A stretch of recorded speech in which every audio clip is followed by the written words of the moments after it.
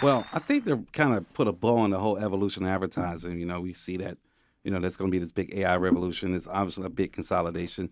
We could talk about the consolidation, right? Because we saw a couple of holding companies and a few advertising agencies talking about combining, right?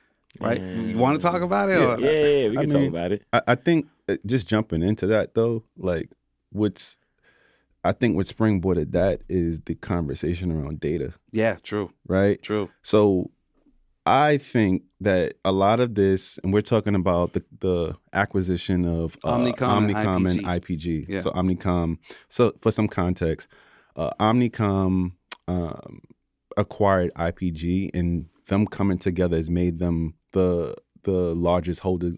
It will make them the largest holding company in advertising in the world, because I feel like before that it was like WPP, and then I feel like Publicis they edged them out from a billings perspective, and so now Publicis had like a little good run for a small time, right. And now this acquisition, which has to, it's still not finalized. I feel like it finalizes like in May or June. Yeah.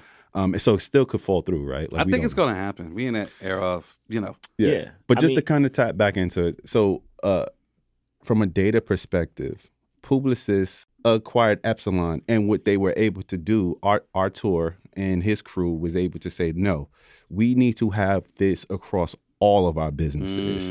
And they were able to get it rolling, this data platform rolling like much quicker, right, and at a larger scale within the company. What happens? The stocks go up.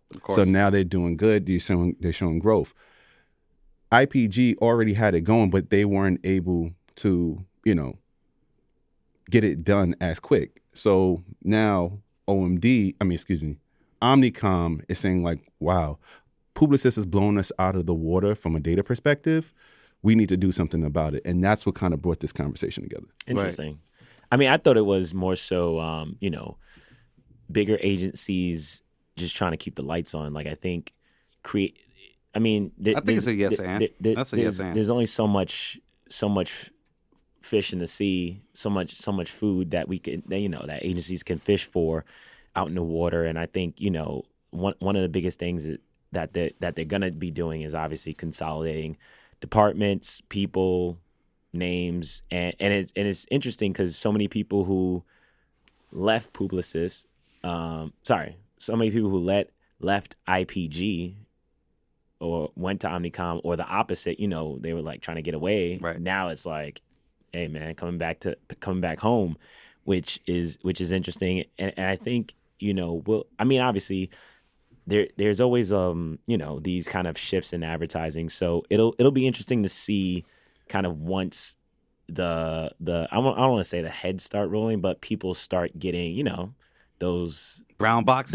I was gonna say those HR those 9 a.m. HR meetings because look like I saw on Ad Age had an article. I only read the headline. I didn't read the whole thing, but the headline was according to Ad Age that the CEO of Interpublic Group IPG, Philippe Krakowski, is looking to receive a severance of $49 million. God damn. Golden parachute. And he is allegedly being promised a position when he gets hired at Omnicom, which is crazy.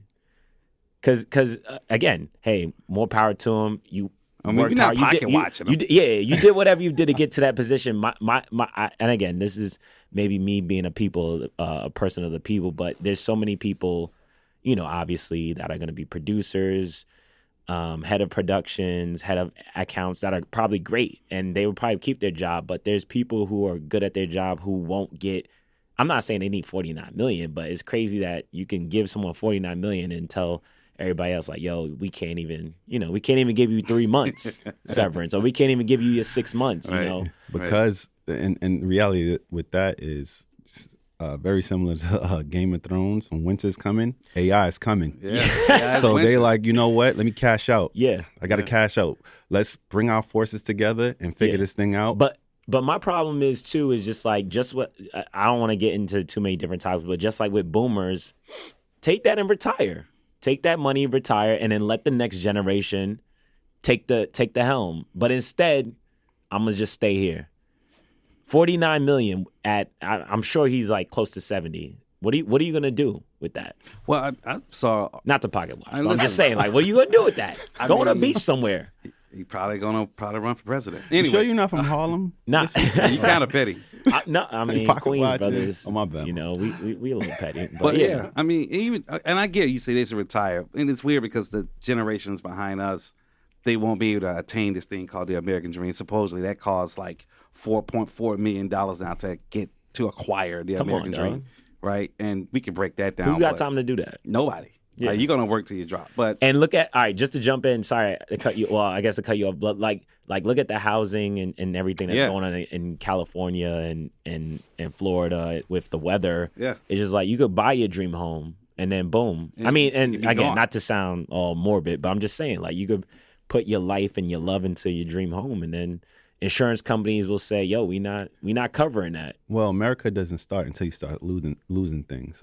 So look, this But we can get back to this spot to the called Omnicom Wealth. thing. They basically saying that American Dream cost is going to be a total of $4.4 million for your entire life, right? So That doesn't count family, like raising a family? It does. It Okay, does. okay. This is how it breaks down. Raising children. Ironically, that's the first point. Raising children and paying for college. If you're talking about from the time they're born to the time they graduate, you're probably going to spend $832,172 per child, right? If you into pets, I don't have a dog because it costs too much money. But if you want a pet, you're probably gonna have multiple pets over your life. Roughly about $36,000 in pets. It's a lot of dogs, bro. Okay, then if you're talking about like annual vacations, right? Just over a course of your life, you're gonna spend about $179,000 just on vacations, right? You know. Then if you're saying Hey, you save got for to. retirement, Yeah. now I know this working at a retirement company currently as an XD principal designer. Yeah, you're gonna need anywhere from like 1.5 to 2 million just to live comfortable, right? To buy these high ass eggs in retirement, right? So Yeah. you're gonna need about 2 milli plus, you know, to retire nice, right? And that's just you. Maybe you got a partner or significant other, whatever. So, probably double that if you want to, Yeah, man. do it like that. If you're talking about spending money on your home, owning a home and like putting money into it, you're gonna have to spend roughly about $922,000 over the duration of your life. And owning cars, that's roughly about like $811,000. So you're saying, is it? yeah. So you're saying over a course of like 40, 50 years, you're gonna spend about $4.4 million if you're here in America. So, yeah, buckle up, baby. You're gonna need it. This American Dream, like, whose dream is this? What is Because man, when I start seeing those bills It's the racking dream up they like marketed. that, right? Yeah. Exactly. Well, it's a dream that we sell in this weird world that's of very marketing. true. and Like everything. Valentine's Day is coming up, so it's Yeah. time for us to Get your I money. don't We got to do start that. cooking. No. Yeah. I'm just saying from an advertising Yeah, marketing true. Oh, yeah, perspective. yeah, yeah. Like, do you know that America only stays afloat by way of the holidays that we market and sell? So, Oh, like, we would hit a deficit if we don't see the numbers go up for Valentine's Day, or we don't see the numbers go up for Christmas, of course, President's Day weekend sales. Easter, Yeah. yeah. And So- oddly enough, if Americans just don't spend, everything would just plummet in price. Right? Like all this inflation would literally disappear overnight. Right. But we're just trained to spend. Yeah, man. It's the American way. It's the American way. Just to wrap up the IPG thing, I think another prediction. I think everyone's gonna figure it out, but I honestly think independent shops are gonna be. If you care about creativity, independent shops will be where it's at. Like places like Wyden and Kennedy, Mother, Semi2, and Sunny or Droga. Those are some of the. Well, Droga's no longer independent. Oh, they're not? They're owned by Oh, Accenture. All right, well, take them off the list. But like I think that's gonna be kind of where if you care about creative, making something creative and changing the world, blah blah blah, that's gonna be where you want to go. If you just care about punching in, collecting a check, maybe doing something cool and creative, then these larger agencies will be for you. But you'll be a I'm not gonna say small. You might be a medium fish, large pond, or you could be a big fish in a big pond. Because a lot of independent agencies are not small. I just want to be clear. Like I think people who aren't in the industry may not, realize it. But when you are at these medium to mid-sized agencies that are independent, a lot of them do a lot, and they do have big, they have a big reach in terms of like just brick and mortar places, and they're making cool shit. So like that, I mean, right now that's where I want to be. Yeah, and it's interesting that you say that too, even from a client's perspective. Like I think some clients would prefer to deal with those smaller agencies. Yeah. They don't want to get caught up in the shuffle of like this one RFP and like you got all of these big wigs coming at you. And also too, just to drop the dime real quick, because maybe I am from Harlem, but like these large agencies are doing stuff. They double dipping in the funds. They're forcing their brands and these clients to work with kind of internal resources, and they're basically billing it. Like, come on, dog. Like, I mean, yeah, I mean, they're making the money work, and they sell it in. Like they sell you this dream. It's in the scope of work. Yeah, right. Yo, we got people in New York. We got a team in London. We could be. They're selling you for 24 hours. They're like, yo, we could do this shit in 24 hours. But they'll tell you, oh, we have an associate, we have a senior associate, and a manager to do it. And then when they get the business, they're like, oh shit, we can't do this. Or they only they got you and one other person, and you don't know that you got 3 roles. Well, look, let's take a quick break because this is a great segue to the next topic around creativity and culture and how that's going to play out. I do want to get Brother Francis on the call, so we can take a time to just kind of take a break and punch him in. How about that? Yeah, let's do that. I bet.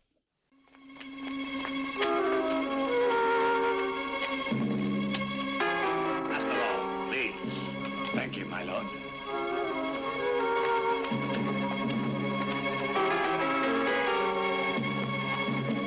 Master Law, a game of chess is like a sword fight.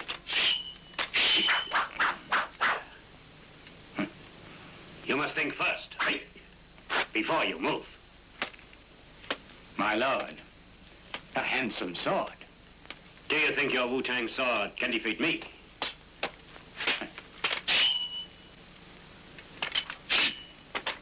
I came here tonight to play chess. Nobody ever mentioned anything about a sword fight. What's good, people? We're back from break. Just want to, punch in Brother Francis. So what's going on with you, sir? We back. How you doing? Man, I'm good, bro. Thank you for punching me in. Yeah, man.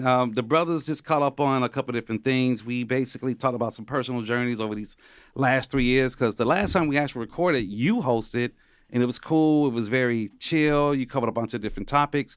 One of the things you talked about was like you started a company around seat at the table. You brought up a couple of different topics around like, predictions around the current president and a bunch of other things. So we just want to say how you doing, man, and see what's going on before we jump into some other things around creativity and culture. Man, I've been good. Over the last, 3, 4 years or whatever? Yeah, 3 years.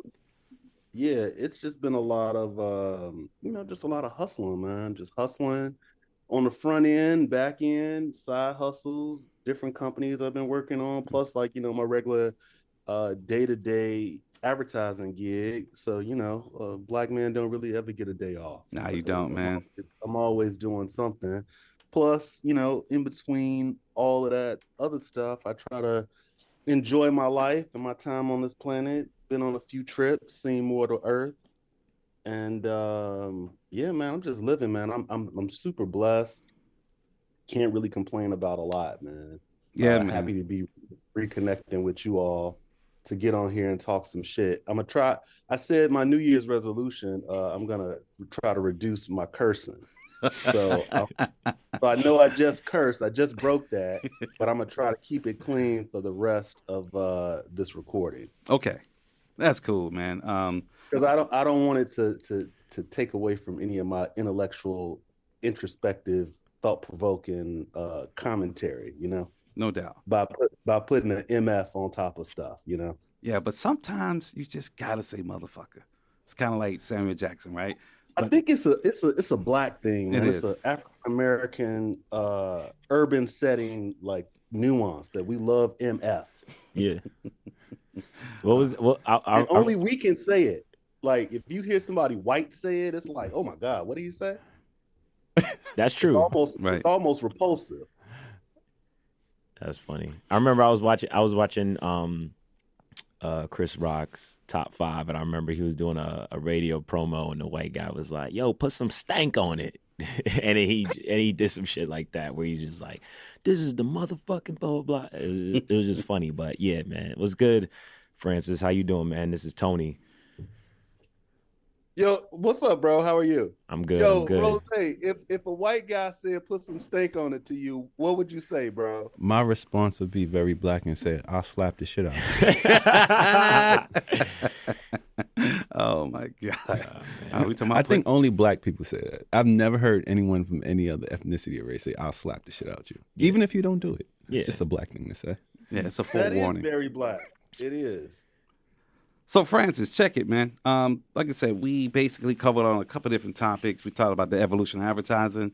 We kind of jumped in, obviously the topic of the day is AI, right? So, we ain't really got to get that deep. But some of the bigger conversations around like the big consolidations of the different agencies.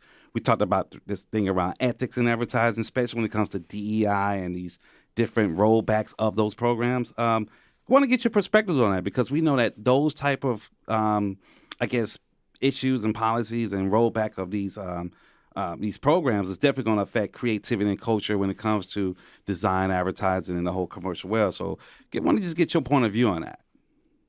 I mean, I think even when I think about the rollback on any of that stuff, the first thing I think about is just the economy of people of color, right? Right. So, like, if you're rolling back programs like that, you're cutting jobs, you're cutting supplier or budget mandates that may have been earmarked.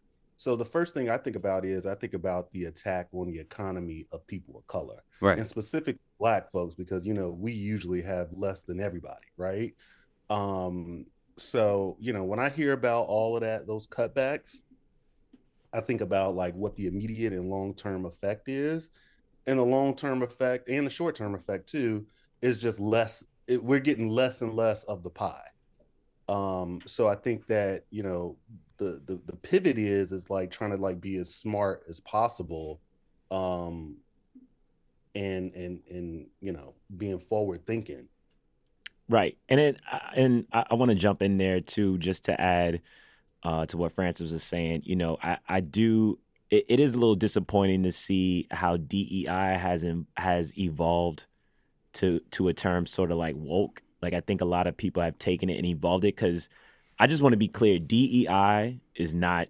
I mean, obviously it helps a lot of people of color and Black people, but it's not just Black people. It's race, it's gender, it's sexual orientation, it's age. Because in our industry, specifically advertising, there's like ageism, and it's religion. So like, I think a lot of people outside of maybe the industry or any industry that includes DEI might think like, oh yeah, we're just cutting jobs from Black people who probably didn't deserve it, but it's more than that. It might even include 100%. Yeah, but yeah, and that's a good point too, because I was just waiting for everyone to go. I was going to mention that too, and I feel like the reason that is because Black people are on the front line for everything. So like even if they want to test something, if it's cool, if it's not cool, or if who's being impacted or affected by everyone. Like you ever in the classroom and someone's just like looking at that one person and they're gonna all look at Black people. Like if you look at civil rights, like I mean,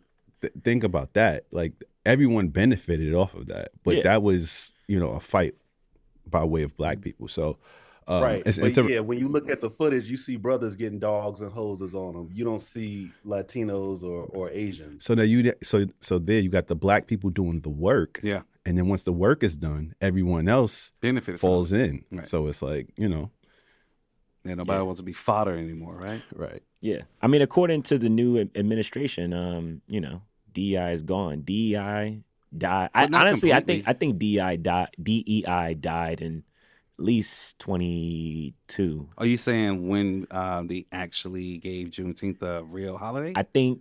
Well, I don't want to say that. That was the pivot, but I want to say like my personal opinion. I started to see a lot of companies just care less and less about following up with the policy, less about worrying about where the budget goes. And, I can say firsthand, I saw when companies were saying like, hey, like if you're bidding a job, you have to have a diverse amount of bidders. Cause I don't know if you guys do it in media, but I know in production, we triple bid, which is basically just to make sure you're getting a fair number. You bid it with 3 different people, 3 different companies, just to make sure all the numbers are kind of even and that the client feels comfortable in not getting robbed for a certain amount. So like, I remember, initially they were like, hey, like whatever you do, just find someone who could do the job, someone that's probably Black, person of color, POC, what they would like to say. And then I just started to see at least by 2022, they were just like, we don't care. Just bring whoever you want. It's 2025 now, right? We hear these programs roll back. So a cat like me from Atlanta, Georgia, born and raised there, my first take on DEI was not called DEI. It was like really called affirmative action. A person like Maynard Jackson, as an example, new mayor in a city that's trying to make a foot for itself, right? Like create a good footprint for itself, trying to be a major player on this world stage. Basically was saying that, for like the airport at the time was kind of like a Mayor Courier airport. We talking about Hartsfield. Basically wanted to become a bigger airport. So the goal that he helped to set was like, so many contracts would have to be diverse. It couldn't just be a bunch of, good old boy white guys bidding on trying to build out the airport. He got people like H.J. Russell who would come out and pour all the runway concrete for these planes to land, and a bunch of other like local businesses like Pascal's and other smaller businesses to be like some of these inaugural businesses, Black businesses, to help build out the airport back in like the late 70s. So a guy like him had foresight of how to use, at the time, affirmative action to help build Black wealth in a city like Atlanta, Georgia. And we're still seeing the benefits of that, like literally 4 or 5 decades later. So I do think this idea of DEI maybe being rolled back is one thing, but I do think there's still power in like local municipalities, even certain companies like Costco. They're like, F you, we're going to do what we want. Our customers like this. We're not going to rock the boat. And, you guys can, do what's crazy? What? You know what's crazy about all this? What? What day is today? 26. In about 5 days, all these companies that roll back DEI, Black History Month. Yeah. Actually, I don't even think those companies are going to acknowledge it. No, they're not. Oh, that'll be interesting. If you noticed over like the last, I would say 10 years or so, it's like Black History Month is getting smaller and smaller, like awareness and conversation around it, right? Like you see some brands still do stuff around it, but for the most part, I don't think so. You see way more pride activations and like, media around pride versus Black History Month. Like Black History Month, I feel like is actually going like the way of the dinosaur. Wow. Yeah. Yeah, I mean, I also and not even just from like a corporate standpoint. I just think even Black people as a culture, I don't think we care about Black History Month. Do you think because we're kind of, it seems like these companies are only talking to us this time of year and they're pandering, which they do that with every other, I guess, holiday, but Month. Specifically Black History started as a week and it turned to a month. But do you think it's, Francis, do you think it's around like, do we feel that these guys are just pandering? They just kind of throwing money, but they don't really mean anything? What, you mean when they do acknowledge it? Yeah. Like, only this time of year. I don't know if they're pandering. I mean, maybe, but I think that it's kind of like one of those tent poles, right? Right. It's an opportunity for them to make money around something, right? So just like how like over the last maybe 5 years or so, like you see way more Lunar New Year stuff. Mm-hmm. Like I never even knew what Lunar New Year was 10 years ago, and I lived in fucking New York, right? Right. But now, like you see, like I mean, I actually just saw something on the Ralph Lauren site. There's like all types of Lunar New Year stuff for that Ralph Lauren is doing, and he actually even did like something for Black History Month. I feel like last year. Oh yeah, he did that whole capsule, the design capsule with the designer. Right, and then he had like the little buttons that was like in the colors too. And he So, did the Morehouse. I think it was like the HBCU kind of capsule with like the right. style, like it was like the sweaters and all that stuff. It's dope. That didn't come out in Black History Month. Though. Okay. Yeah. So real quick. But I mean, at the end of the day, too, it's like a company is looking for another point of entry to making money, right? Yeah. So, if Black people as a whole aren't talking about Black History Month and aren't pushing it within our culture, then why would a company latch on to that as an opportunity to make money? So real quick, Like if the main demographic doesn't really care about it, I don't think they're going to care about it. Rose, you saying? Yeah. So that's an interesting point that you brought up, Francis. I'm gonna call you Frank, right? So no, it's an interesting point that you bring up, because when you're saying like I'm hearing like we and us and culture, and like when we're saying Black people, but I think the thing is, Black history is more geared towards American history. It is, right? Black history is American history. So it's American history, right? So then when you have people from different places who are Black, right? But being Black doesn't really mean as much to me, because everywhere I go in this place, it's Black people. So it makes me think about that, right? Because that's a really good point that he brought up, like how Black people don't really care about it. And I think it's certain pockets that don't really care, because if I'm from a place and the government is Black, everywhere I go, it's like 95% Black. When I go to America, like, why would I care about this? Like back home, everyone's Black, right? So But don't even think about it like that though. Like honestly, think about people that you know in your circle, right? I guarantee you, if you take 10 Black people right now between the eight, let's do it like median, 25 to 49 years old, and you ask 10 Black people who Medgar Evers was, or shit, Nikki Giovanni just died, right? Ask 10 Black people between 25 and 49, you might get 6 Black people or 5 Black people who know who she was. But my question is the why. Why do you think that is though? That's what I'm kind of getting to. The why. Why you think I think it's a lack of knowledge of self. Right. I think that like we've been bombarded with so much other shit that makes us not care about like, who we are, where we're from, right, what our contributions to America and society are. I think all that has shifted. I mean, shit, I'm 45 now. I think that started probably within the last 20 or so years. I'm gonna add to that because, okay, I'm 48. I got a cousin. I'm not gonna say who he is. He was like 18 at the time. He's older now, but at the time, this is when I lived in Atlanta before moving to New York, and this is kind of funny. I literally asked him the question of, hey, so what city was Martin Luther King born in? Mind you, we in Atlanta, and I'm asking him this question, and he couldn't do it. I literally gave him the answer by asking the question. But I had to think about it. I'm like, okay, Martin Luther King was literally assassinated 8 years before I was born, right? 68, I'm born in 76. That's 8 years. That's not a lot of time, right? My cousin born 10 years after me. So he's a little bit more far removed from that sense of urgency of having to know about our history. On top of, I think to what Francis is saying, or Brother Frank, is that it depends on where you're from. It depends on how you learn about history. I'm from Atlanta. You just naturally see Black people everywhere, right? You kind of see Black history being made. But you also, I learned most of the Black history I know, not from school. I actually learned it from my community, from my dad, my parents, the coaches, the band instructor. I mean, most of my band instructors, they all went to HBCUs. So living a Black experience was just seamless.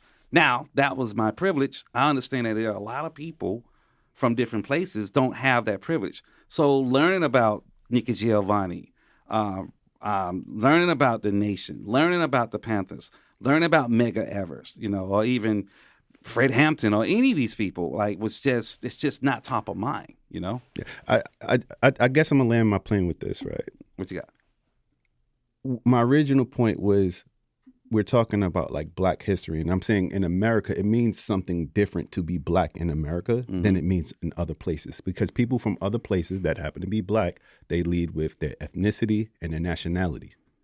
In America, it's important to put race first before your nationality and your ethnicity, right? So when we're talking about, I grew up kind of the same way, where it's like, no, you need to know who Clarence 13X is. Mm-hmm. You need to know who Elijah Muhammad is, right? Like that's how I grew up. Amiri Baraka. Right. Right. But someone coming from somewhere else, it's like, well, yeah, I'm black, but like it doesn't. Oh, they look at it as just American history. It's just like, it's like, well, I'm Jamaican. Right?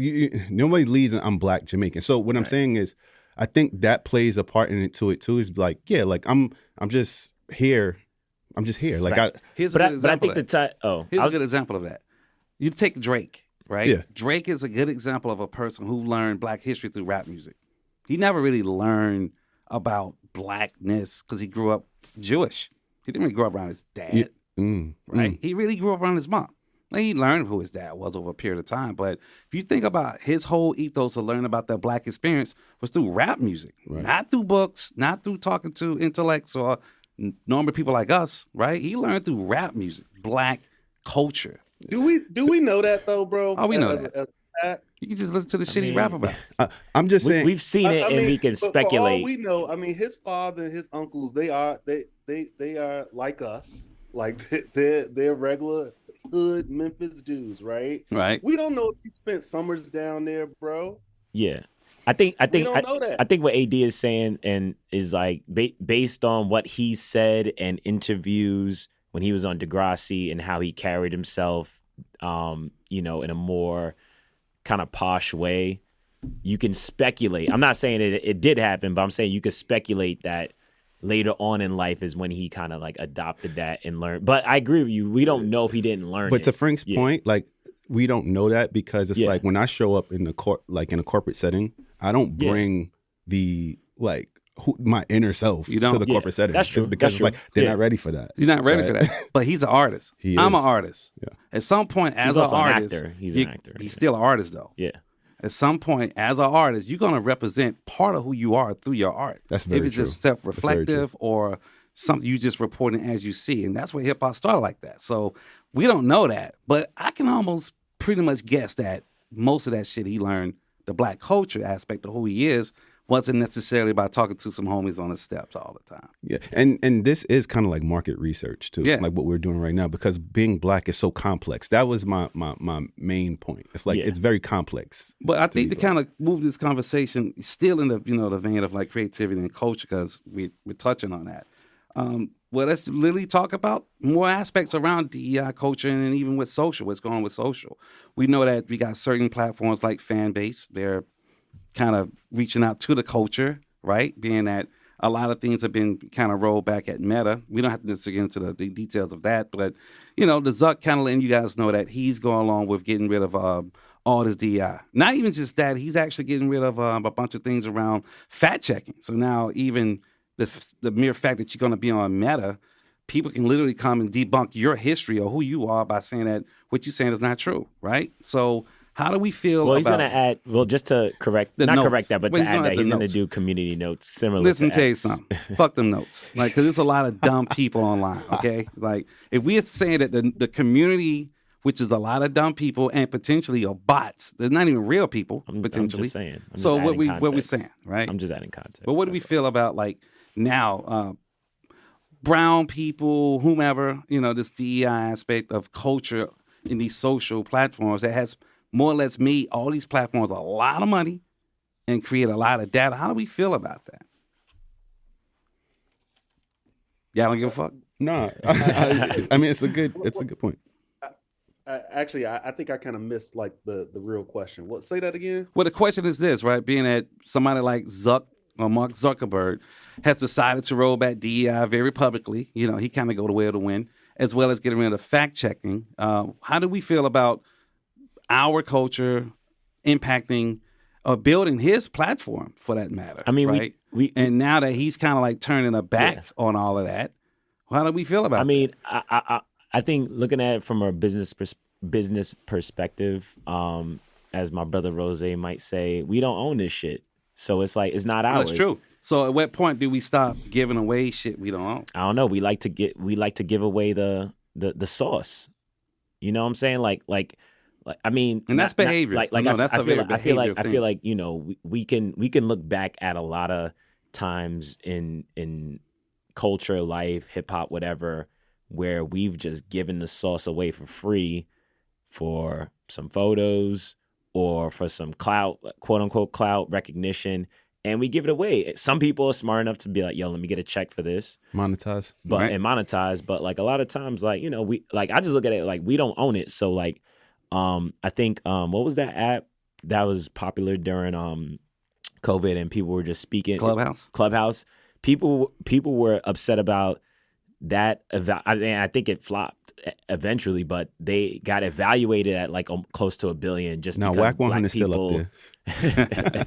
just because black people were talking shit and doing a lot of stuff that you see now on podcasts about relationships, all that other shit. But it's like, you know, I remember seeing people be upset like, yo, we made it hot, blah, blah, blah. But my thing, all I'm gonna say is this, for people who say black people we do make stuff hot. But yo, if you made Hove, make another Hove. That's all I'm saying. Like if we could do that on these platforms that aren't owned by us, if we can make it hot, then like let's get something black popping. I think what happens is just from the business perspective, like what does this mean for businesses, right? I mean, if you look at X, Twitter, X, whatever we want to call it, right? There's a lot of Twitter.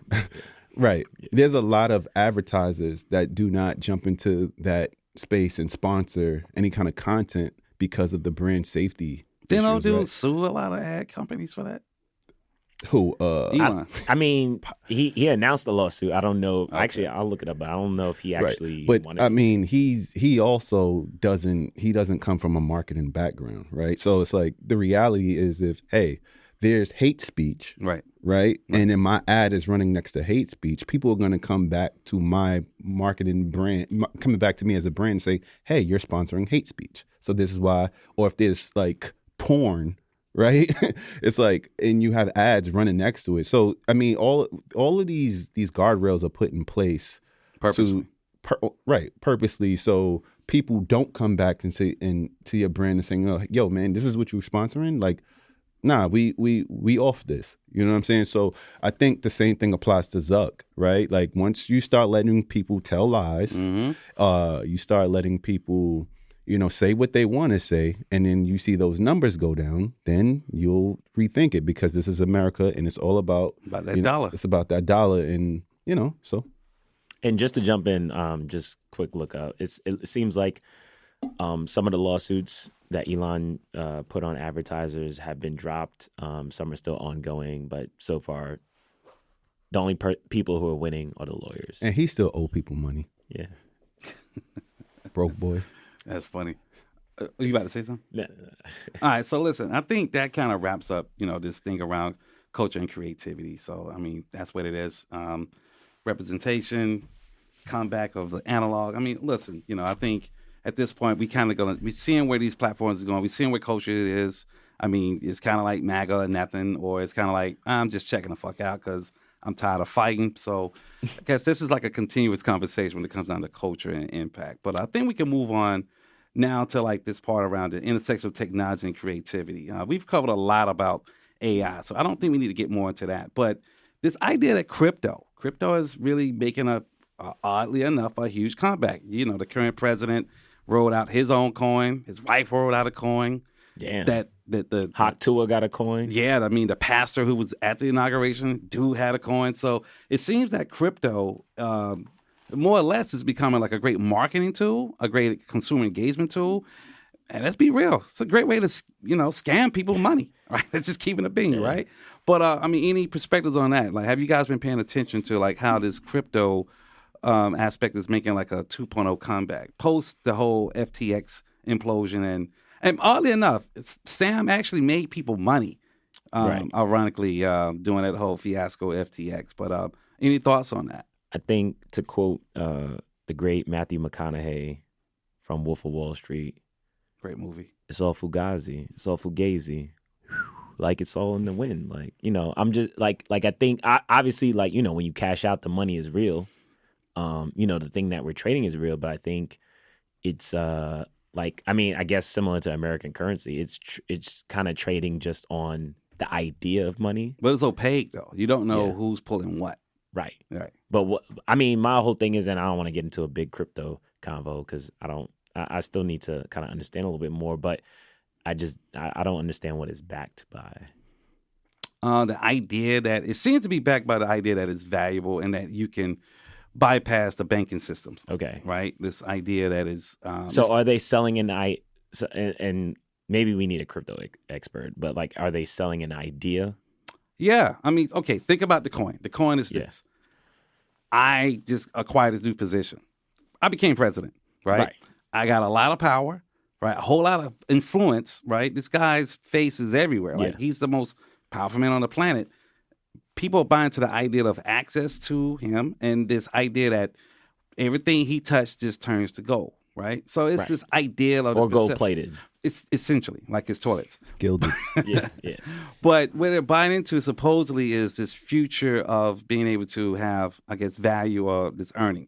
It's kind of, it's kind of like some sucker shit. Like, hey, you get. It's kind of like we don't like. It's kind of it's like any investment. You're investing in the hopes that you'll make some money later. But it's funny because now these coins really have no real utility, but they're being used to engage audiences, to dump money into it, right? As well as get a lot of data because what they're getting like a bunch of like crypto data that's not there, and it's being exchanged on Ethereum. But it's also being used to more or less get money. Yeah. Because, did any of y'all get the Big T coin? I didn't get the Big T coin because I know at some point it's going to crash. It's a sucker's game. The more if you get in early, you're fine. Right. But the earliest the people who's a part of setting it up, not the people who invest in early. Like, that's true. Yeah. So, I don't know. I mean, again, I do think the genius of this guy is that he know how to get people to believe in something that seemingly don't even exist. Yeah. I mean, just to kind of shift really quick, and this is we're not supporting any political party, but I do want to say, you have to look at, and this could be another episode, but hats off to Trump's. He's a personality. If you look at everything from a marketing perspective, he's done stuff where he's marketed himself and aligned himself, and obviously there's a lot of other intricacies with him and Republicans winning the presidency. But from literally just strictly marketing perspective, he has like these one-liners that are like unfortunately hilarious sometimes.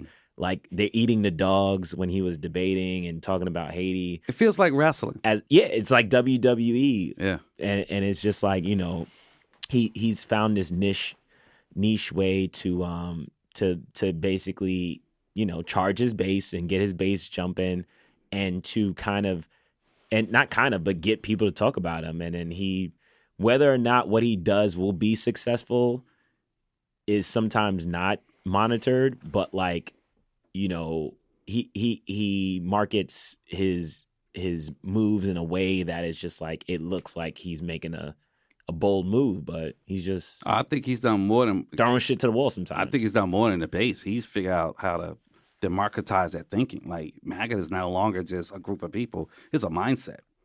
Yeah, it's a real mindset. It's a movement. I've seen hotel brothers investing in this coin. Yeah. Right. So that's different. That could be a money thing. That could just be like, I'm just trying to get paid. Yeah. But yeah, man, Abro is closing out. No soft talk when it comes to telling the truth. Yeah, man. Thanks for joining us. Protect your neck. Join us again on the next pod. Peace.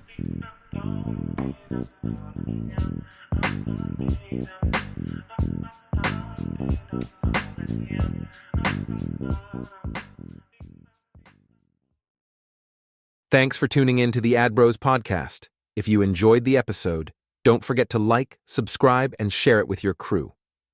Catch us next time for more insights and creativity right here on the Ad Bros podcast, powered by Caffeine Media Network. See you soon.